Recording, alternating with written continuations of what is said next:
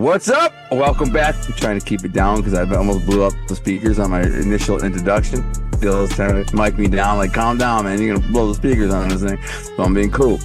So, welcome back. We have another great guest, author guest, Christian guest. And then, we're on a roll here with the Christian stuff with Conviction Radio. John Kowalski, which he has an interesting story behind his name. He was just telling us in the green room before we jumped in.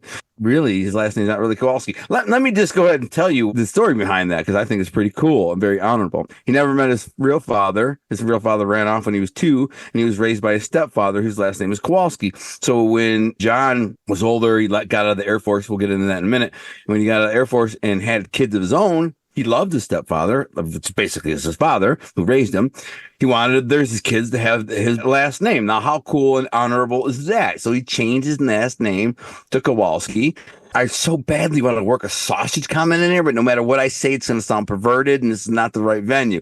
But I'm just saying it's the wrong venue for a Kowalski sausage fest. But anyways, so John, thank you. Glad to be here. So John is, I'm excited to talk to him. He's an interesting character, funny guy, very creative. We're going to get into his book in a minute. Like the whole evolution of his book starts from a board game, and this is something he wants to do with his kids.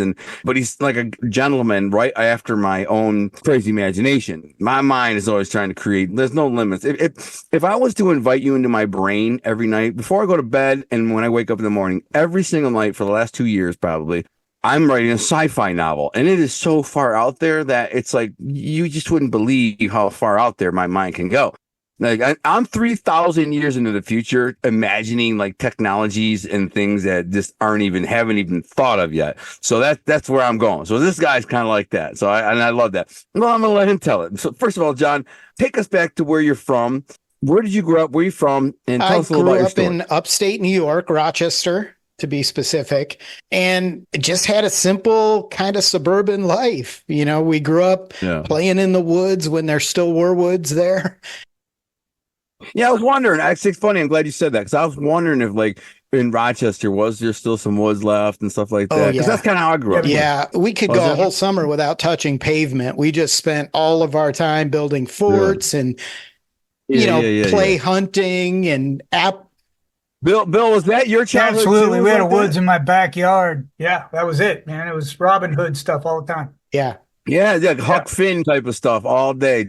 Robinson. That's funny. We all have that in common. It's sad that I really feel bad about the kids who don't have that today. Because, dude, there's nothing better than like creating bike tracks in the woods with forts. Yeah. You know what I'm saying? Hunting birds with your BB gun, setting traps. I mean, just whatever. Climbing trees all day. I mean, the kids today, they stare at a phone. They don't even know. You know? It's true. Sad. So go back. So that's what your childhood was like. Sounds pretty cool. It's not bad. Yeah. So I decided when I was graduating high school to go into the military. So I went in the Air Force. My brother was a year younger than me. My parents weren't wealthy people. We were middle class, right? So I kind of thought, if I go to college, he's not going to have a chance, even though he probably won't go. I don't want to be the reason. So I joined the military and thought I'd pay my own way. And dude, you are a very honorable, good dude, man. Like, thanks. Wow. Who does that for their little brother? You know what I'm saying? No one. It's not a normal train of thought. Hey, hang on, Gunnar, move that mic away a little bit. Well, he didn't end up going. I'm thinking, like, who does that for their brother? To not say, I'm going to join the military so my little kid brother, who's only a year younger than me, probably pain in the butt, has a better chance at going to college. And that's pretty cool. And I also just realized who you remind me of. You may or may not know this actor, but there's a very, very funny actor who you remind me of. Have you ever seen this show? Is funny, man. Have you ever seen this show? It's Always Sunny in Philadelphia. Yeah, don't say Charlie Day. you sound like him a little bit. I never scream. So what? So Charlie, the like spastic one. Yeah, the one he's always screaming all his lines. Yeah. But you sound and look like him a little bit. But dude, that dude's funny, man. He is funny. I wish I was as funny as he is. Oh my God, that guy's funny. You know who that is, Bill? Yeah, I watched that show. My God, those guys are so funny. That's one of the funniest classic shows I've ever seen. Yeah. So you grew up pretty normal childhood, whatever. You end up in the Air Force. What did you do in the Air Force? I was what's called a graphics system specialist. So basically what that is the equivalent of a commercial artist as a civilian, but I worked for a 2-star general. Oh, that's cool. And we would do video and audio and briefings for the 2-star general, and he would take them. So you took like intelligence reports and like did briefings for the general? Yeah, like, not necessarily. I mean, when I was in, we weren't in war with anybody, active war with anyone. So there wasn't a lot of intelligence briefings. It was more like product testing. What year was that? I mean, we've been in war since like 1990.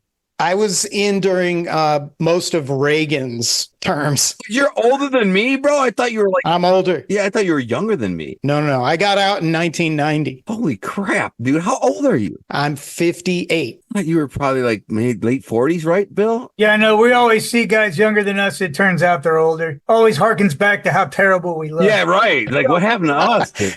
Reagan would have been the Cold War. Yeah. Yeah, there was still some stuff like that. Where I worked was in Florida at Eglin Air Force Base. And mainly we were testing aircraft products. We did night vision goggles. All that stuff is declassified now. It's in wide use. Yeah. But at the time, it was in testing phases. Advanced. Yeah. So we would do those briefings. We would give them to our 2-star general. If he approved them, they'd go to Washington. That's pretty cool, man. It's a fun, exciting job, interesting job. I mean, geez, if you really think about it, like, that's the kind of job that's not even really work. It's just like, yeah, I kind of enjoy what I do. I get paid for it. I get, good 5-star treatment wherever I go. I get free travel, free room and board. Everything's covered. I mean, it's pretty damn good. I get to hang out with a general that's my job. Yeah. Every day I'd wake up and go, this is the day they show me the aliens. That's our next episode on Ancient Myth, Legends, and Lore, our YouTube channel, because we're getting an alien. And there's a story. That's what they did to him. They say, hey, we got this project for you. Are you interested? And he's like, oh, yeah, maybe. It's in Area 51. Like, all right, well, what's the deal? Like, there was this guy, he was working on a project, and what happened to him? Well, he died. Well, what's the project? Well, it's classified. But I'll show it to you. You bring it in, there's like alien ship hovering there. Yeah. Like, what is that? He's like, we don't know. But the last guy who touched it died. You're up next, though. Come on. Anyways, so getting back to you, let's get to the point where you decide to start writing. So you have a family, you have some kids, you retire from the Air Force. You get in. What was your career path after the Air Force? I didn't retire from the Air Force, actually. I did 6 years, got out in 1990, and then just went to work. What'd you do at work? Doing what? I worked selling mostly retail most of my life. Started out with like video games and computer software sales, mall-based retail, doing that kind of stuff. The company I worked for is now, they're still around. They're GameStop now, but years ago they were Babbage's and they were in malls everywhere. So I did that for a long time and moved from a few jobs later in my kids' lives, or when they were like school age. Ended up in Michigan, which is where I live now. Yeah, that's cool. Me too. Mid-Michigan. Yeah, we love it. The kids grew up, they went to school, they graduated, went to college, and then I tried to write sporadically through my whole life, and I could never find the right project. You know how you start writing something and maybe you get halfway or 3/4 of the way through and you're like, I don't even know why I'm writing this anymore. You're asking the wrong guy for that. No, you never had that? No, I've written 10 novels and I never had a moment of writer's block. Yeah, and I didn't even see it as writer's block. I just felt like I lost interest in what I was writing about. Sure. So the kids are grown up. Most of them are graduated from college. And my wife and I, we were at church and they were talking about this organization called House of Providence. Right. It's a mental health stabilization facility for kids in foster care. Oh, my God. That's very much needed for sure. Yeah, for sure. And especially in Michigan, there's so many kids in foster care in Michigan. It's crazy. And you just want to help as many of them as you can. Mm-hmm. So we heard about this organization. So we got connected with them to try to help out as volunteers, whatever. Fast forward several years later, we decide we're going to foster a kid from there that's living there. And I decided I'm done with retail. I've had enough. I really feel like maybe retail should be like the military. If you do 20 years, you get a retirement. Yeah. Because it's tough. Yeah, I owned a retail store. And it's getting tougher. Yeah, I'm surprised you made it that long, honestly, and didn't start your own business or find something else. Yeah, I just never did. I just always go to work. I do my job. I go home, right? So I decided, okay, I'm done. I'm going to go to work at House of Providence. I'm going to learn how to be a dad to a kid who grew up in trauma. Yeah. So I did that, and I've been there ever since. How long has it been? I started there in 21, so it'll be coming up on 3 years I've been You're there. enjoying that, I bet, huh? I do. I love it. It's just, it's different. I'm almost doing the same work I was doing in retail, right? Except for the sales part of it. But now I get to do it for these kids that are just amazing. You can't even imagine how amazing it is to just mix with them every day. Yeah. You know, so we fostered our daughter, Aubrey, who our adoption went through last summer. So she's now with us. She's our daughter. She's a Kowalski just like us. How old is she? She's 13 now. You know, I think we talked about this on the phone a little bit, but she went through like 20 foster cares in X amount of time or something. A lot. Yeah. She spent a lot of time in foster care. So yeah, I mean, kids are very resilient, but they also learn what normal is for them, right? So it changes them, and foster care becomes their normal. And what House of Providence does is try to change that normal back to family. Yeah. Right? Real family. Because some of these kids are 9 years old and they're the head of household. They're raising their sibling. That's heartbreaking, eh, Bill? Yep. It is. That's tough, dude. He adopted 2 children. So he kind of can relate a little bit. You know, they were young when he got them, but he kind of, you know, he can relate. Yeah, I've had my daughter who's 12 since birth, and my son was only a few months old. Yeah, they say that trauma happens even prenatal. Well, I believe that. There's an attachment reaction disorder, right? And if they're not held as infants, that's what happens in Russia a lot. They're screwed up. I mean, you like to think we're resilient, but that critical early time period is just so crucial. And if they screw that up, you're fighting an uphill battle. Down in South America, they figured that out, and they'll pay women to come in and hold the babies, you know, just so they know that love and that connection, and they find that they develop a lot better. Yeah, and that's what we do. We reteach attachment and connection in everything we do. And it helps to stabilize the kids. It helps them to understand what a family is like again, and how to be part of a family without trying to take over the family. What are some of the challenges? I mean, like when you get dealing with these kids that are just psychologically damaged, and I mean that with zero contempt or anything like that. They have issues with abandonment and things like that, and so they lash out. Well, how do they behave? What do they do? And what do you do to counter it? Well, I think for us, there's different lanes in what we do, right? At House of Providence, we're a mental health stabilization facility. So we have social workers, we have therapists, and we have direct care workers, and we stay in our lane, but we work together. So for the direct care worker, it's to redirect them to the therapist, to the social worker, right? But then connect with them. Yeah. Right. Give them the one-on-one time that they need to connect and just feel loved. What do you do to connect with them? Just sit down and like play games with them? Or whatever they want to do. It could be just sit there and talk, not necessarily about the trauma, because we want that to happen with the therapist in the correct environment. And you want that to be left behind. Like, forget that. We're here now. Let's bond. Let's, you know what I'm saying? You kind of have the right idea. You sound like you've had some of the training. I mean, I've been through a lot of crap. My dad was an abusive, drunk alcoholic. My mother was mentally ill. I was kind of lost in a setting of a world where nobody gave a crap about me. You know what I'm saying? And I ended up in prison for 13 years as a result. So I can kind of look back and try to imagine what it must feel like to be one of them. You know what I'm saying? Yeah. You know, the statistics for kids in foster care are horrific. Oh, horrific. For the amount of them that end up in prison, and or drug the tiny, 2% graduate from college. And that doesn't have to be that way. No. The foster care system, don't get me wrong, I'm not trying to attack the people who are trying to help, but it's not always capable of doing connection on that level. Right. I have a feeling, well, a lot of people, and this is, you know, kind of, I've known this in a couple experiences where people will take kids and foster them simply to get a paycheck. Right. There'll be like 8 kids in a 3-bedroom house stuff. Yeah. Like, well, I get $900 a month for a kid. and support. I mean, they pay all my bills. So basically, they get in there and all they do is yell at them and they can't do this and take that away and shut up and sit in there and blah, blah, blah. And the kid's like, there's no love in the house. There's no real love.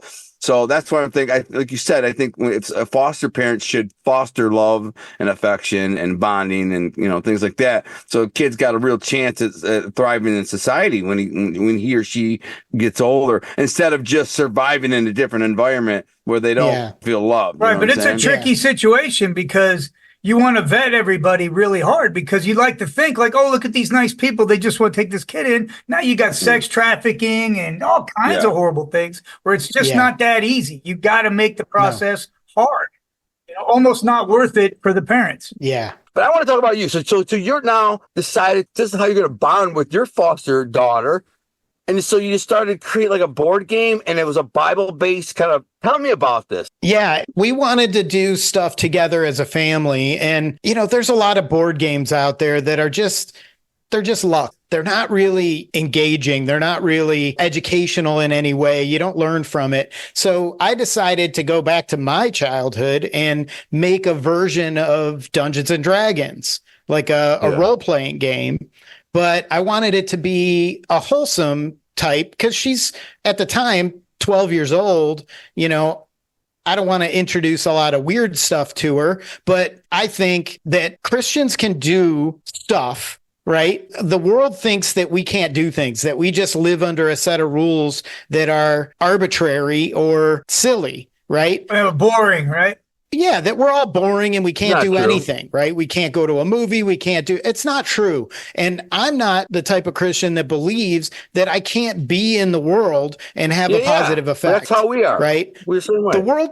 The world's a tough place. It needs some positive influence. And if all the Christians just go hide in holes, then who's going to tell the people who don't believe? Right. Or what if all the Christians just become holier than thou and say, well, what, you write secular novels? Fire and brimstone, you're going to die when you get to heaven. What, you eat pork? I mean, just relax, bro. I write secular novels. But guess what? I write secular novels. I got your attention. I'm a Christian. You might want to listen up. I got a hell of a story to tell you. I mean, right? Yeah, absolutely. I think there are limits to what we should do. Like, we can't live like the world. We should live like Christians in the world. Right? We can't just hide. Right. So I wanted to do this for two reasons. One, because I wanted to create a wholesome game we could play together. But I also want to show the world that Christians can be just like you. Yeah. Right. You should meet me and know I'm a Christian by the way I behave, the way I act, the way I carry myself. But I shouldn't be that Christian that you think is holier than thou. Right. Like you said. Right. So I created this game and I just started creating a world around this game that included God. So I thought of, all right, we have Dungeons and Dragons, and what's more close in the Bible to a world like that than the Old Testament? Right. I mean, it literally is. Yeah. So I took a world that I created and inserted God to it. Right. And I just used kind of like biblical scriptures, like, where two or three are gathered, there will I be. So I concocted this story about how these two guys, a mage and a rabbi, end up on this world from Earth. And they just start talking about God and people start listening. And then all of a sudden, God's like, hey, there's a lot of people on that world talking about me. I'm going there. I'm going to give them the same chance I did here, right? They're my creation too. Totally different world. So it's not Earth, though. It's not Earth. No, it's a totally different world. Yeah, this is just like the Mr. and Mrs. conversation you guys had last week. Yeah, me and my wife. We do a show. This is totally in sync with that. Where Gunnar was saying this was possible. Yeah, I was saying. So let me clarify, though, John. Is this a novel or is this a rules to a game? It's both. It's both, because I created the game and then we started playing it just as a family. Well, the people I work with, some of the people I work with found out about this game through my daughter, who was still, connected with them at the time. And she told them about it. And they came to me and said, you got to publish this. We want to be involved with it. How do we get involved? So now we have a game that plays every 2 weeks in our basement. We got like 10, 12 people every 2 weeks, and we play through the game. Dude, that's freaking cool, man. I started playing it with just my wife and my daughter. My wife is Wendy, my daughter Aubrey. When we started playing it, I started writing down their adventures, and it just started writing itself.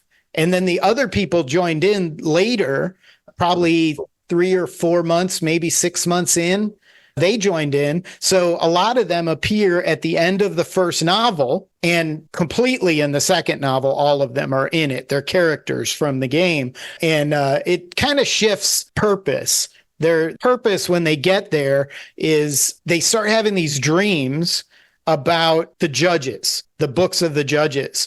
And I connected it with the full armor of God. So they have to kind of decipher these dreams, figure out what God's trying to tell them to do. And when they figure it out, they end up collecting the pieces of the full armor of God, which they're going to need to help this world. So is there a board game for sale too, as well as a book? It's a book. It's not the full rules to a board game. We play using the Dungeons and Dragons rules, but it's a book that's a guidebook for how to run the game as a game master. So you could use a Dungeons and Dragons board setup.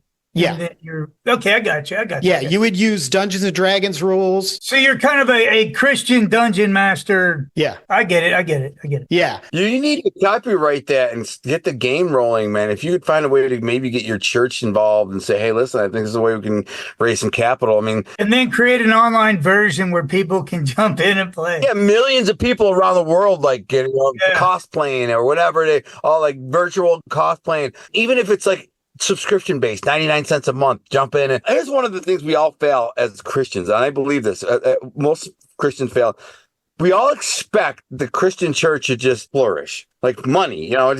This is a great idea to start a business that could generate potentially millions of dollars that could help Christians in need, foster kids in need, build churches in need. Like, you could have a literal physical board game. You could have a digital online game. You could have a subscription game. You know what I'm saying? Yeah. You could have cosplay things you could going on where like retreats where they, kids all go to one place and all dress up and then, do right. And it could comfortably take care of John and his family. Yeah. Not only that, it could take care of your family and take care of all these other families stuff too. I mean, could you imagine like you'd have an entire staff managing the servers and the game? And dude, my family loves board games. I'm not a fan. I do it because of them. But my family loves board games. They would eat it up. Imagine if it was online though. Like a whole like kids love playing video games. Better. But we go out to the RV. That's what we do at night, Gunnar. We all sit around this table. Yeah. And Joshua is the big game guy, man. He brings out some board game, but the more rules, the more I hate it, because I'm like, he's like, here's the rules. He whips out all these rules. I'm like, oh my God. See, the cool thing about this, though, is the game master or dungeon master, as you said, they are the arbiter of all the rules. So they're just, you tell them what you want to do. They tell you what dice to roll and what happens. Perfect for me. You don't have to remember any rules. They do it for you. When they break out the 20, 30 rules, I'm like, I don't have time for this. I'm out. That's cool. And it inspired a novel series, which is super dope too. I like that. And so it's all biblical based, Old Testament for the most part. Is there any New Testament stuff? Well, there is, because the main characters of the story are a small family, a husband, a wife, and their daughter who get pulled into this world, and they get these dreams and are kind of set on this mission by God to help the people of this world, but not just fight and kill everything. Although that can be part of it, right? Not everybody can be saved, but they learn very quickly in this world that if you kill somebody, they cannot be saved. They're done, right? There's no more choice for them. So they have to kind of balance we got to protect ourselves. We got to defend ourselves, but we also have to try to get the word out to even the people who don't want to hear it. Right. So they kind of balance that whole, do we fight and kill, or do we try to save? What's the world like? Like, what's the time frame? Like, is it like medieval times? Is it like contemporary? Like, what's the world like? No, it's like ancient Israel. Okay, this is the time frame. What happens in this world is that a continent of this world, when God comes there, he recreates a continent. It's called the Fertile Crescent in the book, which is Israel, it's Syria, it's all of that area, all the way up into Babylon, into Asia Minor. Turkey, yeah. He almost terraforms the world into this, and they start living like they did then. So it takes place in the time after Israel falls, but before Judah falls. So in that time period before the rest of the Israelites are exiled to Babylon, actually, the second series of the books will be the exile. That's awesome, dude. So the first series is 3 books, and it'll be in this time frame. The second series will be Babylon, the exile and the return. And then the third series, if we get that far, hopefully we will, I have the material plotted, would be the end times. It's amazing. I think this is great. Don't give up on it. Do you have an audiobook? You need to make these audiobooks. I haven't done the audiobook thing yet. I have been considering it. I think this book that you've written is good. I think it's got a lot of potential, man, especially for the market. The market is us, guys like me, Maggie Bill. But it's a huge Christian market. And I think something like this, I don't know. There's a lot of people like me who have really vivid imaginations whose minds are kind of out there. We want to escape to different worlds, but we want to keep God, in the forefront of our thought too. You know what I'm saying? This allows us to do both. It allows us to go to other worlds, to try and imagine what other worlds are like. God is there too. I've tried to tell my wife. My wife is under the belief that Earth is the only place where the intelligent life forms live. And that's because we are so special and God loves us so much that we're the only. I'm like, he created trillions upon trillions and trillions of stars all over the world, galaxies, and he don't put nothing on them. We're just the lowly human. We aren't even that cool. Like, we suck. Yeah, he didn't need any of those. But I got to say, John, though, listen to Mr. and Mrs. on Conviction Radio. It's funny because Gunnar says something and you're like, yeah, that makes total sense. And then Marie counters him and you're like, yeah, that makes a lot of sense. Right, exactly. That's awesome. It makes a lot of sense. And afterwards, it's great conversation. It doesn't make as much sense. It doesn't make. I know. She even gets me sometimes. I'm like, I'm totally certain I got her. Well, I'm like, yeah. And then she says something. I'm like, yeah. I'm like, oh, you might have me there.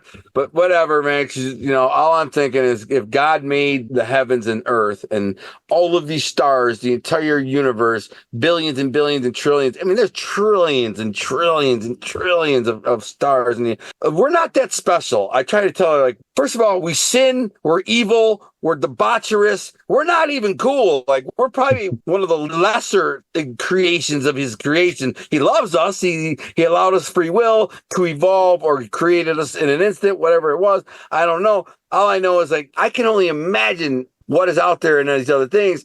And like with me and you, we think what's out there. We're thinking about what could be out there. God's there too, right? Yeah. Right. Why wouldn't he be there? You know what I'm saying? But the Bible does say he numbers the hairs on our heads, so we're special in that sense. Well, we're special to him on earth, but he may know the hair on every head of every creature in the universe. It could be trillions of sentient life forms. And, if you think about it, humans have been evolving for maybe 3 million years, but realistically only a few 100,000 years if we're going to Homo sapien. Homo sapien, 300, 400,000, 500, 600 at the most.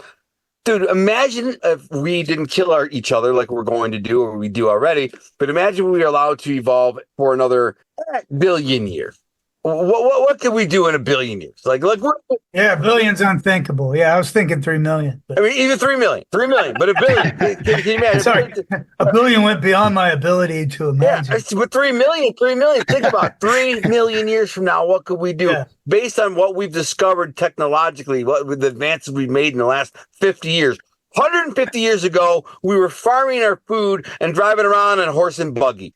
Now we are on the internet with giant supercomputers in our hands, flying around. Yeah, arguably, we've made advancements in the last 5 years that should be blowing our minds. Yeah, that's what I'm saying. So imagine what happens if we were allowed to stay here for another 50 years, 100 years, 200, 500,000 years. It's just, you can't even imagine. So I'm just saying, what would we look like in that? We might even not have an organic form. We may just be energy. You know what I'm saying? But we'll be skinnier, that's for sure. Yeah. probably be skinnier or fatter. I mean, who knows? We could be really fat too. Unless we come up with a way to look like Gunner without actually doing the work.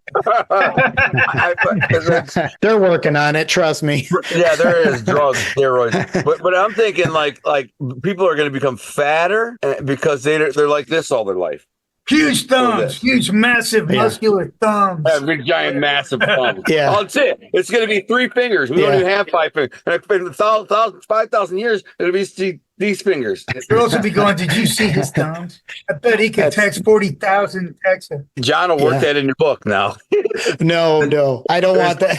No. This creature walks up, he's got 3 fingers, giant thumbs. Definitely no cell phones there. Definitely not. It's way back in time. Yeah. Will there be any futuristic cameos from people from the future or no? Well, yeah, there is some stuff that I'm working on now that'll come out probably not until in the second series and third series. But yeah, there's some stuff.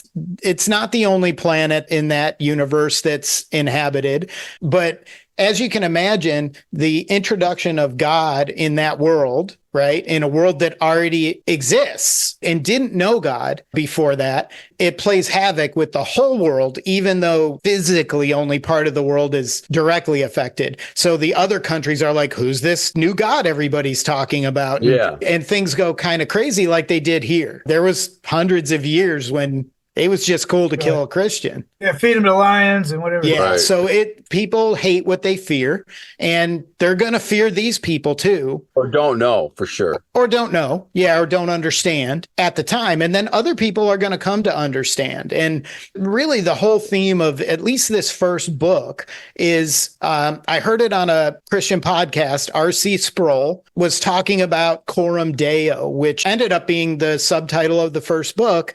And it's how you live your life before the face of God. Coram Deo means before the face of God. So it's not only the theme of the book, but it's our whole reason for playing this game in the first place. Yeah, I like it. Was to bring God into even a game we play as a family or as a community.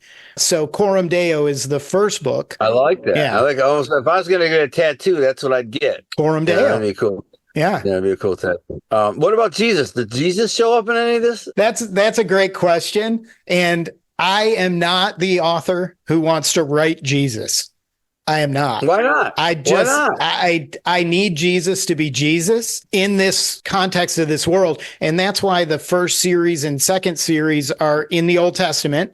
And the third series jumps ahead to the end times. You know Jesus. You know him intimately. You have him show up and be Jesus. I do know Jesus. Well, the characters know Jesus. So if we tell these people about Jesus now and they don't know why they need him yet, then they could blow the whole thing for themselves. Right? What about when he shows up? Are you going to have him show up at some point? He is going to show up, but it will not happen in the books. It will, the final series of books that happens in the end times. I kind of like that, man. I kind of like that. You know how I told you the dreams happen about the judges, right? In the first series of books, where they have these dreams about the judges that lead them through their mission for God. Well, the second series is prophets. So they start to hear the prophets and they start to behave in the way they think the prophets are telling them through God. And then in the final series, the end times, they're getting dreams about the parables of Jesus. So Jesus will be in the final series of books through the parables. And they're learning lessons through the parables that they're then having to go into the world and live out as people who were left behind after the rapture. So they're trying to become tribulation saints through these trials. It's but all in another world. On another world. So, well, thanks for coming on, man. It's super fascinating, interesting. Tell us where they can find your book, and also, are you going to try and commercialize this board game? I hope you do. Yeah, actually, the book, the campaign guide is already available now on Amazon. It's called Heavenly Places, A New Thing. Like God is doing a new thing. And then the book is also available on Amazon, and it's called Heavenly Places, Coram Deo. And so both of them are available on Amazon right now. The second book will be called Solus Deus, Only God. We're going to do our best to get you promoted and sell some books, brother. So stay tuned. All right. Take care.